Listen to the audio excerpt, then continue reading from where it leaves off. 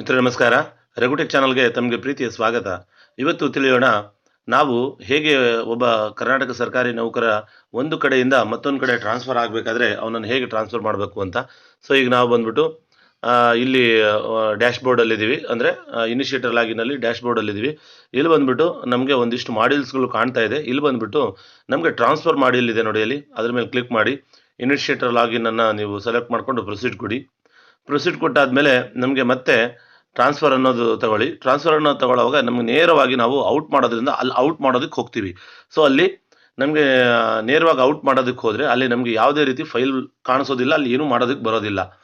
So ಅದಕ್ಕೆ ನಾವೇನು ಮಾಡಬೇಕು ಅಂತ ಹೇಳಿದ್ರೆ ಇಲ್ಲಿ ಇನಿಷಿಯೇಟ್ ಮಾಡ್ಕೋಬೇಕಾಗತ್ತೆ. ಫಸ್ಟು ನೋಡಲ್ಲಿ ಟ್ರಾನ್ಸ್ಫರ್ ಇನಿಷಿಯೇಟ್ ಅಂತ ಇದೆಯಲ್ಲ, ಇಲ್ಲಿ ಬಂದುಬಿಟ್ಟು ಇನಿಷಿಯೇಟ್ ಮಾಡ್ಕೋಬೇಕಾಗತ್ತೆ.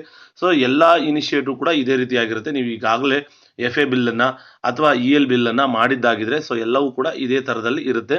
ಸೊ ಇಲ್ಲಿ ಸರ್ಚ್ ಎಂಪ್ಲಾಯ್ ಇರುತ್ತೆ. ಸರ್ಚ್ ಎಂಪ್ಲಾಯ್ನಲ್ಲಿ KJD ನಂಬರ್ ಹಾಕ್ಬಿಟ್ಟು ಅವ್ರು KJD ನಂಬರ್ ಬರುತ್ತೆ, ಟಿಕ್ ಮಾಡಿಕೊಂಡು ಓಕೆ ಕೊಡಿ. ಸೊ ಅಲ್ಲಿ ಇಲ್ಲಿಂದ ಅದು ಆ ಎಂಪ್ಲಾಯ್ ಸೆಲೆಕ್ಟ್ ಆಗ್ತಾರೆ. ಸೆಲೆಕ್ಟ್ ಆದಮೇಲೆ ನೆಕ್ಸ್ಟ್ ಕಾಲಮ್ ಓಪನ್ ಆಗುತ್ತೆ. ನೆಕ್ಸ್ಟ್ ಆ್ಯಡ್ ಆರ್ಡರ್ ಡೀಟೇಲ್ಸ್ ಅಂತ ಇದೆಯಲ್ಲ ಅದನ್ನು ಕ್ಲಿಕ್ ಮಾಡಿ. ಅಲ್ಲೂ ಕೂಡ ಅಷ್ಟೇ ಆರ್ಡ್ರನ್ನ ಟೈಪ್ ಮಾಡಬೇಕಾಗುತ್ತೆ. ಮತ್ತು ಯಾವಾಗ ಅವರು ಇಲ್ಲಿಂದ ರಿಲೀವ್ ಆಗ್ತಾ ಇದ್ದಾರೆ ಅವೆಲ್ಲವನ್ನು ಕೂಡ ನೀವು ಇಲ್ಲಿ ಮೆನ್ಷನ್ ಮಾಡಿ. ಸೊ ಅದಾದಮೇಲೆ ಇಲ್ಲಿರುವಂಥ ಇನಿಷಿಯೇಟ್ ಟ್ರಾನ್ಸ್ಫರ್ ಅಂತ ಇದೆಯಲ್ಲ ಅದನ್ನು ಮಾಡಿ ಆಮೇಲೆ ಫೈನಲ್ ಆಗಿ ರಿಕ್ವೆಸ್ಟನ್ನು ಸಬ್ಮಿಟ್ ಕೊಡಬೇಕಾಗತ್ತೆ. ಸೊ ಇವೆಲ್ಲವೂ ಕೂಡ ನೀವು ಈ ಹಂತದಲ್ಲೇ ಮಾಡಬೇಕಾಗತ್ತೆ. ಸೊ ಇಲ್ಲಿ ಮಾಡಿರ್ತಕ್ಕಂಥದ್ದು ಮುಂದೆ ಎಲ್ಲಿ ಹೋಗುತ್ತಪ್ಪ ಅಂತ ಹೇಳಿದ್ರೆ ಅದು ಟ್ರಾನ್ಸ್ಫರ್ ಔಟ್ ಅನ್ನೋ ಅಂತಹ ಕಾಲಮಿಗೆ ಹೋಗುತ್ತೆ. ಸೊ ಇಲ್ಲಿ ಇವೆಲ್ಲವೂ ಪ್ರೋಸೆಸ್ ಒಂದೇ ಥರ ಇರುತ್ತೆ. ನೀವು ಎಲ್ಲ HRMS 2ನಲ್ಲಿ ಏನಪ್ಪ ಅಂತ ಹೇಳಿದ್ರೆ ನೀವು ಮಾಡಿರೋ ಎಲ್ಲ ಪ್ರೋಸೆಸ್ಸು EL ಆಗಿರ್ಬೋದು, FA ಬಿಲ್ ಆಗಿರ್ಬೋದು, ಯಾವುದೇ ಥರದ್ದು ಕೆಲಸ ಆಗಿರ್ಬೋದು, ಸೊ ಒಂದೇ ಥರದ್ದು ಫೈಲ್ ಆ್ಯಡ್ ಮಾಡೋ ಅಂಥದ್ದೆಲ್ಲ ಒಂದೇ ಥರ ಇರುತ್ತೆ. ಇಲ್ಲಿಂದ ನೆಕ್ಸ್ಟ್ ಅದು ಎಲ್ಲಿಗೆ ಹೋಗುತ್ತೆ ನೋಡೋಣ.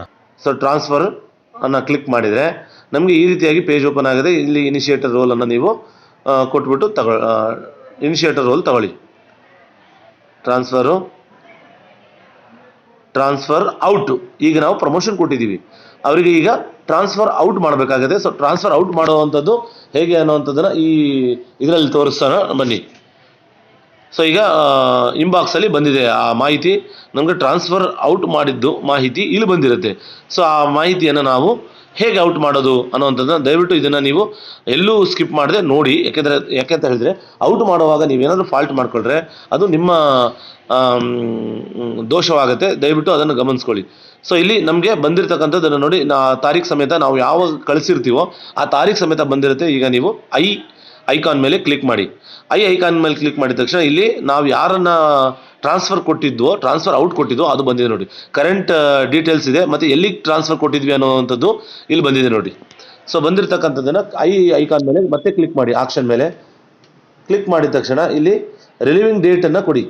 ಸೊ ಈಗ ಔಟ್ ಮಾಡಬೇಕಲ್ವಾ, ರಿಲೀವಿಂಗ್ ಡೇಟ್ ಯಾವಾಗ ಅವರು ರಿಲೀವ್ ಆಗ್ತಾ ಇದ್ದಾರೆ ಅನ್ನೋವಂಥದ್ದನ್ನು ನಿಮಗೆ ಗೊತ್ತಿರುತ್ತೆ. ರಿಲೀವಿಂಗ್ ಡೇಟ್ ಕೊಡಿ.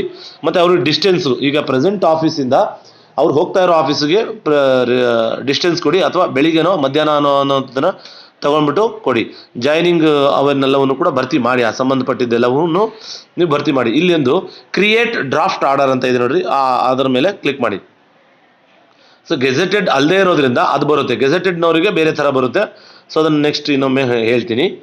ಸೊ ಇಲ್ಲಿ ಬಂದುಬಿಟ್ಟು ಆರ್ಡರ್ ನಂಬರನ್ನು ಮತ್ತೆ ಔಟ್ ಮಾಡೋ ಅಂಥ ಆರ್ಡರ್ ನಂಬರನ್ನು ಕೊಡಿ. ಯಾವ ಡೇಟು, ರಿಲೀವಿಂಗ್ ಆರ್ಡ್ರು.